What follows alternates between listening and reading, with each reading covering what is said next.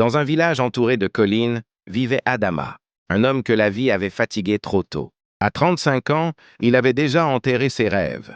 Il avait perdu son père jeune. Sa mère était malade, ses projets n'avaient jamais tenu. On disait de lui, il avait du potentiel, mais la vie l'a brisé.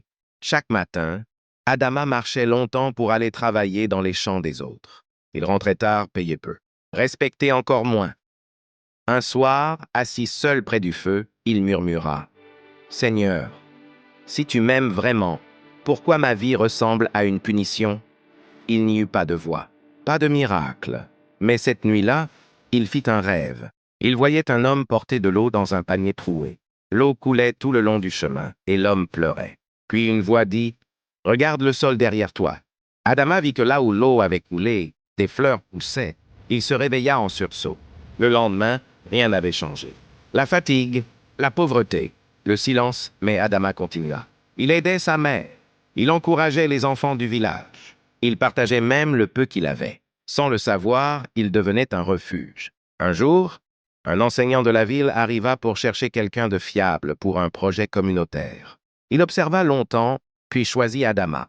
« Pourquoi moi ?» demanda-t-il. L'enseignant répondit « Parce que même quand ta vie fuit de partout, tu continues d'arroser les autres. » Adama comprit alors une vérité qui le fit pleurer. Dieu utilise parfois tes pertes pour nourrir des vies que tu ne verras jamais venir. La leçon est profonde.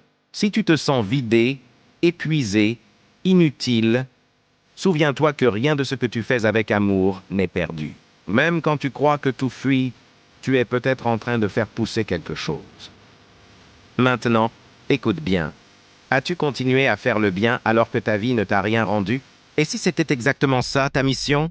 Écris en commentaire, même fatigué, je continue. Like cette vidéo si tu crois que Dieu voit les efforts invisibles. Partage-la à quelqu'un qui donne beaucoup sans recevoir. Abonne-toi. Ici, on raconte des histoires africaines qui guérissent, réveillent et redonnent du sens.